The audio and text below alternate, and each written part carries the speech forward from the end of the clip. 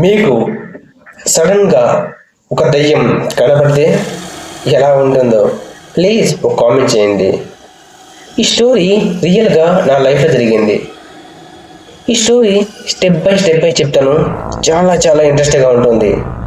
ఈ video length ఎక్కువ ఉండడం వల్ల పార్ట్స్ వైజ్గా చేస్తున్నాను. ప్లీజ్ ఇంకా వీడియోలోకి వెళ్దామా? నేను నా ఫ్రెండ్స్ అడవికి వెళ్ళేవాళ్ళం. అడవికి వెళ్ళి వెదురు బొంగుల్ని కొట్టుకొని ఇంటికి తీసుకొచ్చేవాళ్ళం. వాటిని మా తల్లిదండ్రులు తమలపాకులకి బుట్టల మాదిరిగా తయారు చేసి వాటిని అమ్ముకునేవాళ్ళు. నేను నా ఫ్రెండ్స్ మధ్యాహ్నము 12 గంటల నుండి అడవికి బయలుదేరాము. అడవి నుండి ఇంటికి రావాలంటే చాలా దూరం. అదేవిధంగా అడవి నుండి ఇంటికి రావాలంటే మొత్తం 5 అడ్డంకులు దాటుకొని రావాలి. నెంబర్ 1 మెయిన్ రోడ్, నెంబర్ 2 శ్మశాన వాటిక, నెంబర్ 3 రైల్వే ట్రాక్, నెంబర్ 4 మామిడి తోట, లాస్ట్ ఫైనల్ అడవి.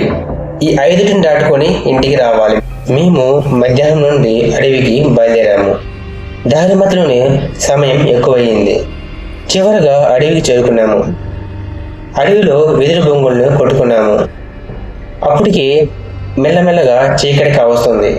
మేము ఇంటికి త్వరగా వెళ్ళాలని అందరము వెదురు బొంగులు కట్టుకొని మెల్లగా దారి మధ్యలో నడుచుకుంటూ వస్తున్నాము. ఆ కాసేపటికి వర్షం పడటం స్టార్ట్ అయింది. వర్షం పడటం వల్ల ఆ వెదురు బొంగులు బరువు ఎక్కువైనవి. బరువు ఎక్కువ ఉండడం వల్ల నేను కాసేపు దించుకున్నాను వెదురు బొంగుల్ని.